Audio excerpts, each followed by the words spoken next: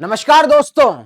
आज विद्यार्थियों द्वारा ट्विटर पर एक ट्रेंड चलाया गया एक्स पर, जिसको देखते हुए मैंने कुछ लिखा कि न ख्वाब न गुलाब मांगता है देश, न शराब न रुआब मांगता है देश, और एसएससी जवाब नहीं दे रही, इंकलाब मांगता है देश, तेजाब मांगता है देश। आखिर क्या जरूरत पड़ी है कि विद्यार्थी किताबें छोड़कर, टीचर अपना कलम छोड़ के, स्मार्ट बोर्ड को छोड़ के इस विषय पर वीडियो बना रहे हैं, अपना समय दान कर रहे हैं। एसएससी स्कैमर, एसएससी जवाब दो, बॉयकॉट मीडिया। पिछले 10 दिन से एसएससी सीजीएल 2024 की कट ऑफ ज्यादा गई थी। उसके बाद एक शंका पैदा हुई, एक भ्रम पैदा हुआ, एक संशय पैदा हुआ। उसके बाद सारे विद्यार्थी आए और टीचर आए, उन्होंने कैंपेन चलाया ट्विटर पर, लेकिन मीडिया के कान पे जू तक नहीं रहेंगी। मीडिया की लश्कर भी तुम्हारा सरदार तुम्हारा है, तुम झूठ को सच लिख दो, अखबार तुम्हारा है। ये हो क्या रहा है हमारे हिंदुस्तान के अंदर? एसएससी द्वारा कोई सूचना जारी नहीं की गई कि विद्यार्थी ऐसा क्यों कर रहे हैं। अगर एसएससी निष्पक्ष है तो उसको आके स्पष्टीकरण देना चाहिए कि वो बिल्कुल निर्दोष है, लेकिन सब सो रहे हैं भाई साहब, किसी को मतलब ही नहीं है भारत के भविष्य से। तो एसएससी सीजीएल के अंदर ऐसा क्या हुआ, हाई कट ऑफ क्यों गई और बच्चों की क्या डिमांड है? दरअसल स्टूडेंट डिमांड कर रहे हैं कि पिछले एसएस सीजीएल 2023 के बनिस्बत 2024 के अंदर जो बच्चे क्वालिफाई किए गए टायर 1 के बाद, उनकी संख्या डबल थी, लेकिन कट ऑफ उससे ज्यादा गई। तो कहीं ना कहीं ये शंका पैदा कर रहा है, और एक ही सेंटर से कई सारे बच्चे सीक्वेंस के अंदर सिलेक्टेड होते हैं, तो एक नॉर्मल व्यक्ति को भी डाउट पैदा हो जाता है। तो उसका समाधान बेहद जरूरी है। तो स्टूडेंट डिमांड कर रहे हैं कि मार्क्स पब्लिक करो। आप मार्क्स पब्लिक क्यों नहीं कर रहे? बिकॉज आप ट्रांसपेरेंट हो तो आपको दिक्कत क्या है? अगर आपके अंदर इंटीग्रिटी है तो मार्क्स पब्लिक करो, सीधी सी बात है। नॉर्मलाइजेशन, आखिर नॉर्मलाइजेशन का मेथड क्या है? सेम पेपर में किसी बच्चों को 10 नंबर ज्यादा दिए जा रहे हैं, किसी को 20 ज्यादा दिए जा रहे हैं। आखिर ये तरीका क्या है? या अपनी मनमानी करेगा एसएससी या तमाम जितने भी एग्जाम जिनके अंदर नॉर्मलाइजेशन चल रहा है? बीपीएससी के अंदर भी ऐसा हुआ। अभी एक एग्जाम हुआ था, उसके अंदर भी टॉपर के 100 में से 106 नंबर आ गए। भाई साहब, ये कौन सा तरीका है कि 100 में से 106 नंबर आ रहे हैं? इसे नॉर्मलाइजेशन कहते हैं। और दूसरी चीज, स्टूडेंट कह रहे हैं कि भैया हमें नो री एग्जाम, हमें री एग्जाम नहीं चाहिए, हमें केवल क्लैरिटी ऑफ द एग्जाम चाहिए, ट्रांसपेरेंसी इन द एग्जाम चाहिए। और वेटिंग लिस्ट, दरअसल जब हमने सीजीएल 2015 दिया था, उस वक्त हमारे कई सारे दोस्त थे जो 2014 में सिलेक्ट हुए थे, 2015 में फिर इंटरव्यू देने आए। तो मैंने कहीं को ये कह के वापस भेजा कि भैया तुम्हारी नौकरी लग गई है, किसी के घर का चिराग मत बुझाओ दोबारा इंटरव्यू देकर। वो चले गए, मेरी बात मानी, और कम से कम 5 सीटें मैंने बचाई थी।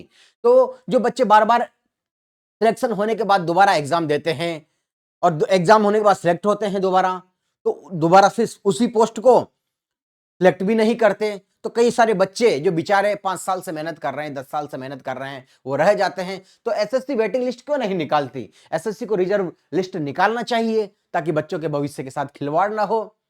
और एग्जाम सेंटर के नेम, जैसे डाउट आया कि एक फलाने एग्जाम सेंटर से इतने सारे बच्चों का सिलेक्शन हुआ, तो एग्जाम सेंटर ओपन कीजिए आप कि कौन से एग्जाम सेंटर में ऐसा हुआ, ताकि बच्चे और टीचर अपनी तमाम जानकारी प्राप्त कर सके। दरअसल किसी को शौक नहीं है हिंदुस्तान के अंदर कि इस तरह से प्रोटेस्ट करे।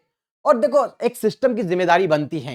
भारत सरकार ने सबको अपने अपने काम सौंप रखे हैं। अगर कोई काम अपनी जिम्मेदारी से नहीं करता है तो फिर आवाज उठेगी कि मैंने सच और साहस की बेखौफ हिमाकत की है, इसे बगावत समझो तो बगावत की है। छात्र बगावत करेगा, और ये बगावत सरकार के खिलाफ नहीं है, ये बगावत सिस्टम के खिलाफ है। कांग्रेस की सरकार में भी ऐसा होता आया है, हो रहा है, जिनमें राज्य सरकारें हैं, जहां जहां कांग्रेस की दूसरी पार्टियों की सरकारें हैं, और इस वर्तमान सरकार में भी ऐसा हो रहा है। लेकिन मोदी से बहुत उम्मीद है, इस देश को, युवाओं को बहुत उम्मीद है। तो मेरा भारत सरकार से यही निवेदन है कि आप अपनी ट्रांसपेरेंसी के लिए जाने जाते हो, इंटीग्रिटी के लिए जाने जाते हो, तो इस विषय पे थोड़ा ध्यान दो। और जहां जहां नाकाबिल और नक्कारा लोग बैठे हुए हैं, उनको अपनी कुर्सी से उठाकर फेंक दो। मैं मोदी जी से यही निवेदन करना चाहता हूं। यही तो भारत सरकार है, यही तो मोदी है, यही तो मोदी का भारत है। एक बच्चे ने मुझे कम से कम 10 जगह पर यह मैसेज बार बार लिखा कि सर, जो कल आप एसएससी का प्रोटेस्ट करोगे ट्विटर पर, हैशटैग ट्विटर ट्रेंड चलाओगे, तो ये डिमांड रखना। बच्चा कह रहा है कि सर, हम एग्जाम देने जाते हैं, एग्जाम सेंटर जो सीबीटी होता है, कंप्यूटर बेस्ड टेस्ट होता है, उसके अंदर जब हम एग्जाम ऑनलाइन एग्जाम देने जाते हैं सेंटर पर, तो देखते हैं कीबोर्ड काम नहीं कर रहा, माउस काम नहीं कर रहा, जब एग्जामिनर को बताते हैं, दूसरा कीबोर्ड आता है, दूसरा माउस आता है, इतने में बच्चे के 10 मिनट खराब हो जाते हैं। स्क्रीन इतनी गंदी हो रहती है, डस्टिंग भी नहीं होती कि बच्चों को कुछ दिखता ही नहीं है। तो बच्चे के लिए एक एक मिनट छोड़ो, एक एक सेकंड कीमती है, उसका भविष्य बर्बाद हो रहा है। इसके लिए खामियाजा कौन भुगतेगा? इसके लिए जिम्मेदार कौन है? बच्चा थोड़ी जिम्मेदार है यार। जिस कंपनी को यह काम दिया गया है, टीसीएस कंपनी को एग्जाम करवाने का, तो अपनी जिम्मेदारी बखूबी का, अपनी जिम्मेदारी का निर्वहन क्यों नहीं कर रही?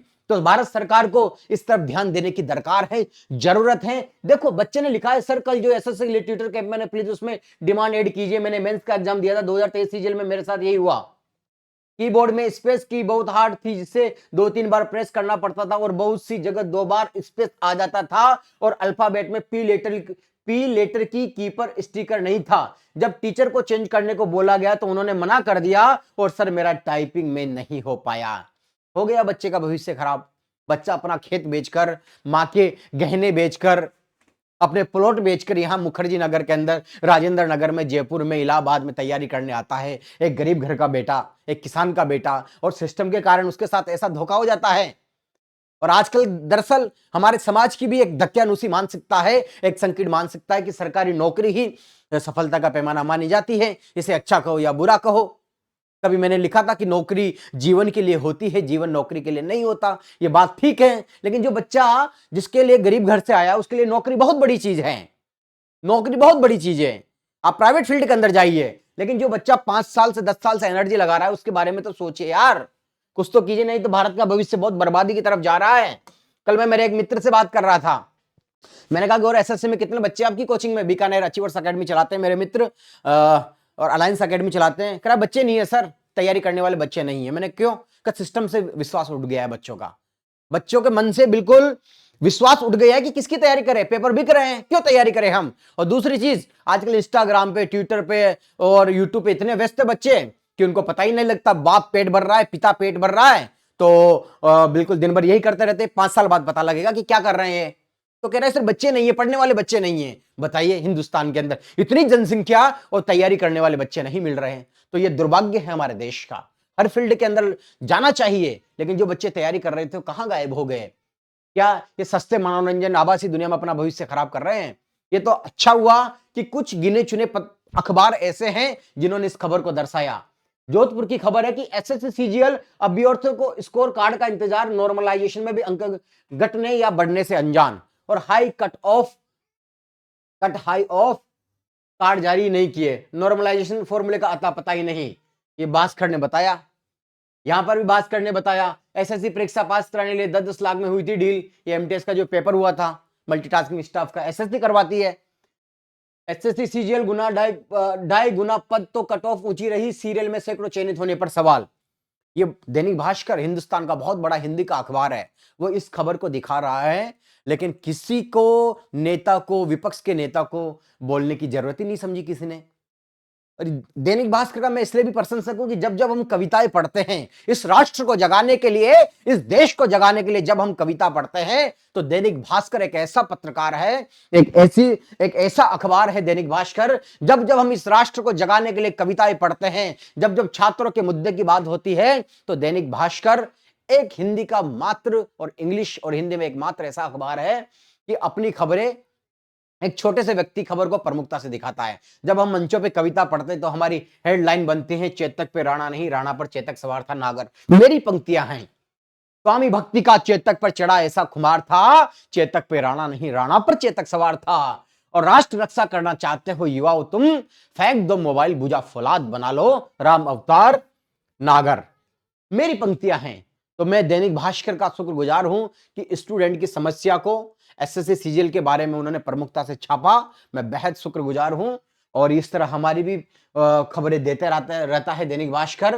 तो दरअसल जब एसएससी सीजीएल में स्कैम होता है, जब एसएससी सीजीएल का पेपर आउट होता है, या किसी भी सरकारी नौकरी का, सरकारी एग्जाम का पेपर आउट होता है, तो बच्चा क्या सोचता है, बच्चे के दिल में क्या आती है कि तंत्र के षड्यंत्र से हारा गया, जीने से पहले मुझे मारा गया। दर्द की इंतहा होती रही, पेपर लीक से उम्मीदें रोती रही। मुफलिसी धूप दिन रात न देखी, अरसे से गांव से मुलाकात न देखी, मन को मार हमेशा समझाता रहा, दोस्त परिवार सब भुलाता रहा, मोहब्बत की तो ख्वाबों से की, मेहनत की तो किताबों से की, सिर्फ न्याय पाने का तलबगार हूं मैं एसएससी सीजीएल का उम्मीदवार हूं मैं एसएससी सीजीएल का उम्मीदवार हूं मैं।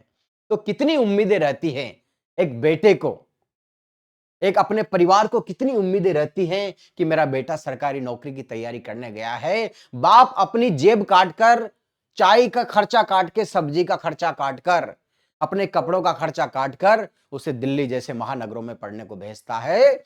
और विद्यार्थी क्या कहता है, एक दमित, एक कुचला हुआ विद्यार्थी, एक इस षड्यंत्र से, एक इस सिस्टम से परेशान विद्यार्थी कहता है, न शोहरत मांगते, न दौलत मांगते, पेट भरने के खातिर जरूरत मांगते, खेत बिका, खलिहान बिका, दुकान बिकी, मकान बिका, मां के गिरवी गहनों की कसम, आस बांधे हुए बहनों की कसम, एक एक धागा निकाला मेरा, मुंह के आगे से छीना निवाला मेरा, इम्तिहान में खूब निचोड़ा गया,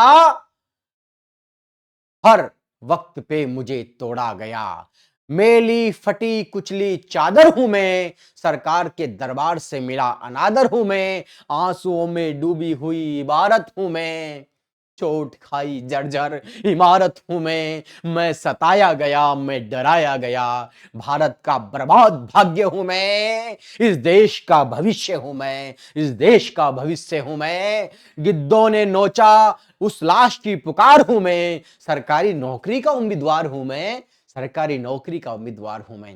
ऐसा कौन सा स्टेट है जहां पर पेपर आउट नहीं हो रहे, चाहे राजस्थान में एसआई के पेपर आउट हुए हो, चाहे बीपीएससी का जो पेपर आउट हो रहा हो, कहां कहां विद्यार्थी लड़ेगा, किस किस से लड़ेगा, ये जिम्मेदारी किसकी है। हमने सरकार चुन दी, हमने सिस्टम को टैक्स दिया है, लेकिन बच्चा बर्बाद है कि छात्रों की जिंदगी जैसे द्रौपदी हो गई, चीखते चीखते एक सदी हो गई, सबने मिलकर हमें नग्न किया, आवाज उठाई तो दमन किया, थप्पड़ मार दी जाती है डीएम द्वारा एक बच्चे को। अगर कोई पेपर आउट की बात करता है तो एक डीएम बच्चे को थप्पड़ मार देता है, तो बच्चा जाएगा कहां। बारिश में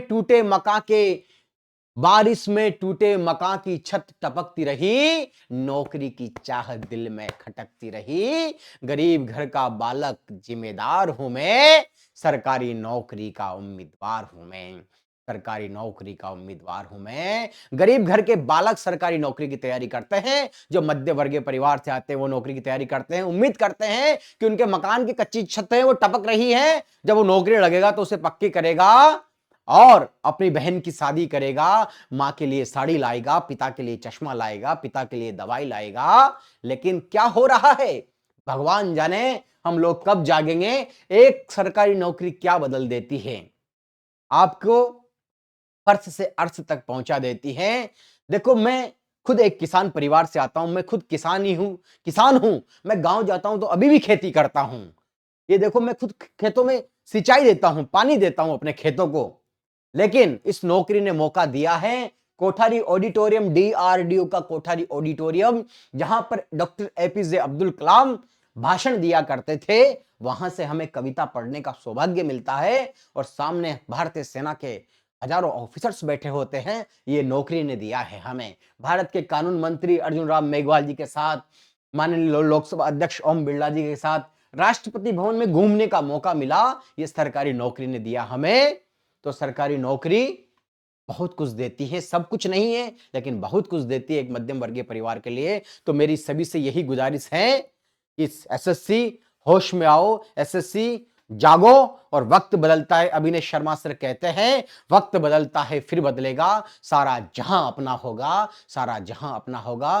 तो मैं यही निवेदन करता हूं सरकार से कि प्लीज ध्यान दे। जय हिंद, जय भारत।